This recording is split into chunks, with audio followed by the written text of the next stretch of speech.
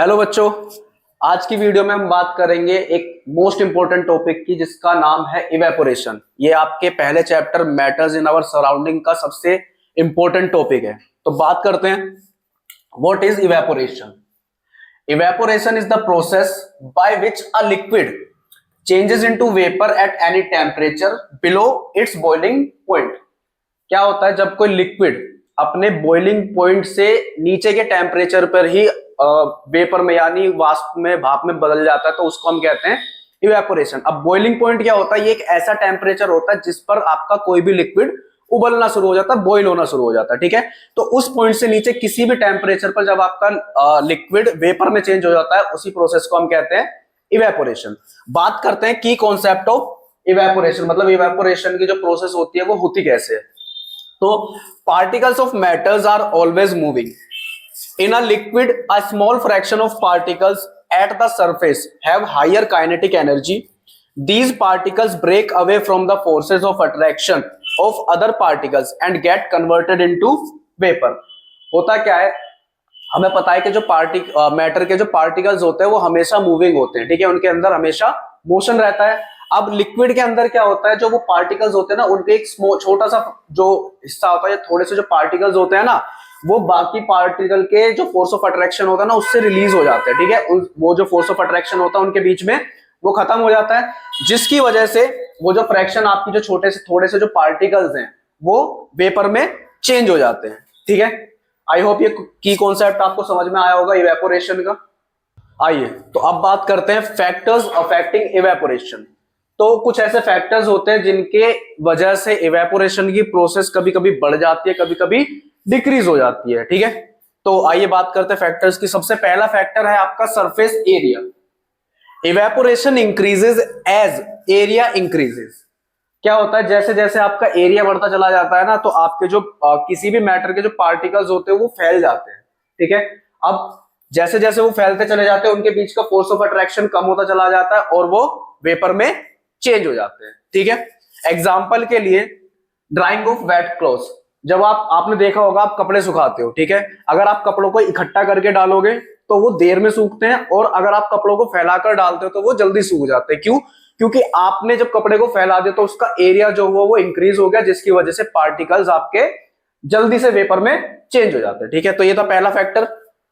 दूसरा बात करते हैं टेम्परेचर की। Evaporation increases as temperature increases. अब क्या होता है, जैसे जैसे टेम्परेचर बढ़ता चला जाता है, ठीक है, तो आपके इवेपोरेशन की प्रोसेस भी तेज हो जाती है या फिर इंक्रीज हो जाती है। ठीक है, आपने देखा होगा जब आसमान में काफी अच्छी धूप निकल रही होती है, ठीक है, और आप कपड़े सुखाते हो तो आपके कपड़े उस दिन जल्दी सूख जाते हैं, और कोई ऐसा दिन हो जिस दिन धूप ना निकले और आप जब कपड़े सुखाने डालोगे तो आपके कपड़ों को सूखने में टाइम लगता है। तो सनी डे पे क्या होता है, टेम्परेचर थोड़ा ज्यादा होता है, जिसकी वजह से इवेपोरेशन की प्रोसेस तेज हो जाती है और कपड़े आपके जल्दी सूख जाते हैं। ठीक है, ये था सेकंड। बात करते हैं थर्ड फैक्टर की, जो कि है ह्यूमिडिटी। ह्यूमिडिटी क्या होती है, एक आप जैसे बारिश होती है तो बारिश के बाद ना आपके टेम्परेचर के अंदर ना कुछ नमी रह जाती है, उसी को हम ह्यूमिडिटी कहते हैं। अब evaporation decreases as humidity increases. अब जैसे जैसे ह्यूमिडिटी बढ़ती है तो इवेपोरेशन की प्रोसेस ना स्लो हो जाती है, थोड़ी थोड़ी डिक्रीज हो जाती है। रीजन क्या है इसका, कि जो आपकी एयर होती है ना उसके अंदर ऑलरेडी मॉइस्चर होता है। ठीक है, तो वो आपके जो आपका वाटर वेपर होता है, इवेपोरेशन की प्रोसेस के थ्रू जो वेपर आपका जनरेट होता है उसको वो होल्ड नहीं कर पाती, जिसकी वजह से आपकी इवेपोरेशन की प्रोसेस स्लो हो जाती है। ठीक है, आपने देखा होगा बारिश के बाद ना आप जब कपड़े सुखाने डालोगे तो कपड़े सूखने में बहुत ज्यादा टाइम लगता है। ठीक है, तो वो ह्यूमिडिटी के कारण होता है। लास्ट आपका टॉपिक या लास्ट फैक्टर आपका जो कि है wind speed. Evaporation increases as wind speed increases. होता क्या है, जब आपकी हवा तेज चलती है, ठीक है, तो इवेपोरेशन की प्रोसेस जो होती है वो फास्ट हो जाती है। उसका रीजन क्या होता है कि जो आपकी हवा होती है ना, वो आपके जो वाटर वेपर होता है एयर के टेम्परेचर के जो एनवायरमेंट के अंदर उसको अपने साथ ले जाती है। ठीक है, तो जैसे जैसे आपकी हवा वाटर वेपर को अपने साथ ले जाती है तो इवेपोरेशन की प्रोसेस और ज्यादा तेज होती चली जाती है। तो ये थे फैक्टर्स जो आपके इवेपोरेशन की प्रोसेस को इफेक्ट करते हैं। इनमें से तीन फैक्टर्स ऐसे हैं जिनके बढ़ने के साथ साथ आपकी इवेपोरेशन की प्रोसेस बढ़ती चली जाती है। केवल एक फैक्टर ऐसा है जिसकी वजह से जो बढ़ता है तो इवेपोरेशन की प्रोसेस स्लो हो जाती है, जो कि है आपका ह्यूमिडिटी। आई होप आपको ये जो फैक्टर्स अफेक्टिंग इवेपोरेशन है समझ में आया होगा। आइए बढ़ते हैं आगे।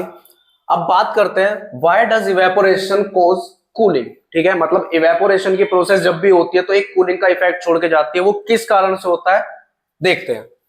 When a liquid evaporates the particles on the surface regain the energy they lost by absorbing energy from the surrounding.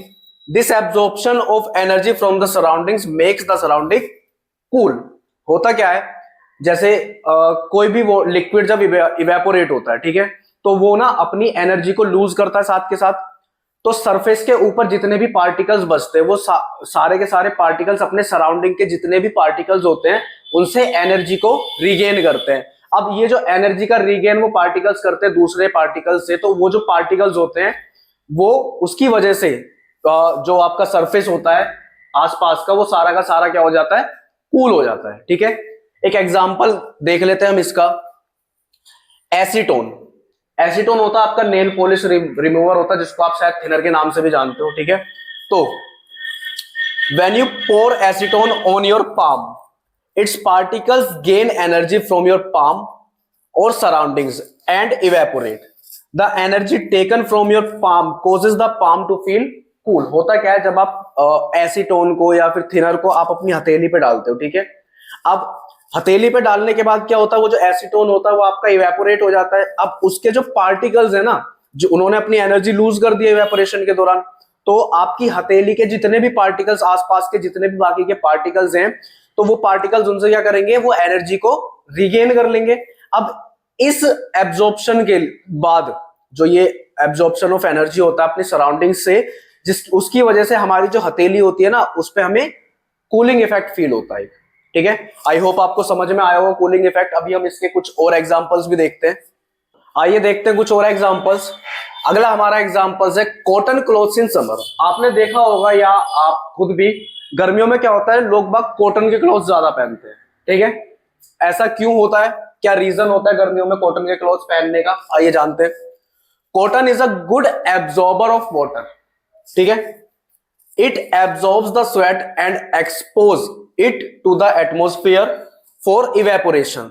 The evaporation takes the heat energy from our body leaving us feeling cool. होता क्या है, अब देखो, cotton जो होता है ना, वो वाटर का एक बहुत अच्छा एब्जॉर्बर होता है। ठीक है, उसकी जो एब्जॉर्बिंग रेट होती है वो बहुत ही ज्यादा होती है। अब गर्मियों में जब हमारी बॉडी से स्वेट रिलीज होता है, ठीक है, तो हम जो कॉटन के क्लोथ्स पहनते हैं वो क्या करता है, उस स्वेट को पूरे के पूरे को एब्जॉर्ब कर लेता है अपने अंदर और उसको ना एटमोस्फियर में एक्सपोज कर देता है इवेपोरेशन के लिए।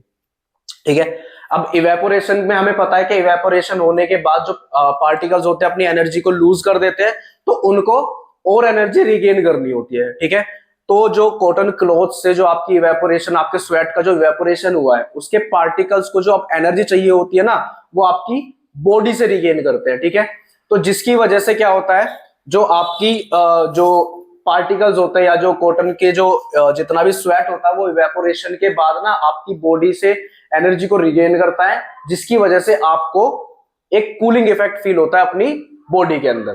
ठीक है, देखते हैं अगला एग्जांपल, एक लास्ट एग्जांपल है इसका, और ये क्या होता है, क्या बहुत ही इंपॉर्टेंट आप इसको कह भी सकते हो या फिर ये हर जगह पूछा भी जाता है। ठीक है, अगला एग्जांपल जो है वो है आपका अर्थन पोट। अर्थन पोट होता है आपका मटका। आपने देखा होगा गर्मियों में लोग मटके का पानी पीते हैं या फिर पानी को मटके के अंदर भर के रखते हैं। क्यों? क्योंकि मटके के अंदर जो पानी होता है ना वो ठंडा हो जाता है। ठीक है, अब वो ठंडा होता कैसे पानी, वो प्रोसेस हम देख लेते हैं। The earthen pot has many tiny pores. ठीक है, मतलब जो मटका होता है उसके सरफेस पे ना बहुत छोटे छोटे से पोर्स होते हैं या फिर होल्स होते हैं। ठीक है, water seeps out through these pores and evaporates from the surface of the pot. अब होता क्या है, वो जो छोटे छोटे से पोर्स है ना, जो आपके मटके के अंदर का जो पानी होता है वो उन पोर्स के थ्रू बाहर आ जाता है मटके के सरफेस पे। अब सरफेस पे आने के बाद वो जो पानी होता है वो इवेपोरेट हो जाता है। ठीक है, the energy required for evaporation is taken from the water inside the pot. अब इवेपोरेशन हो गई, ठीक है, पार्टिकल्स जो थे एनर्जी लूज कर दी, अब उनको और ज्यादा एनर्जी चाहिए, तो वो जो एनर्जी अब जो रिगेन करते हैं वो एब्जॉर्ब करते हैं जो मटके के अंदर जो पानी होता है ना उससे। ठीक है, causing the remaining water to cool down, जिसकी वजह से क्या होता है आपका जो मटके के अंदर का जो पानी होता है वो ठंडा हो जाता है। ठीक है, आई होप समझ में आया होगा। मैं एक बार रिपीट कर देता हूँ। जो मटके के जो छोटे छोटे से पोर्स होते हैं ना, उनसे जो मटके के अंदर का पानी होता है वो बाहर आता है धीरे धीरे, और फिर वो एटमॉस्फेयर में आके क्या होता है, इवेपोरेट हो जाता है। ठीक है, अब इवेपोरेट होने के बाद जो आपके पार्टिकल्स है उनको और ज्यादा एनर्जी चाहिए। ठीक है, तो वो एनर्जी वो जो रिगेन करते हैं वो मटके के अंदर के पानी से रिगेन करते हैं, जिसकी वजह से जो अंदर जो पानी होता है वो ठंडा हो जाता है। ठीक है, आई होप आपको ये why does evaporation cause cooling का जो टॉपिक था आपको समझ में आया होगा।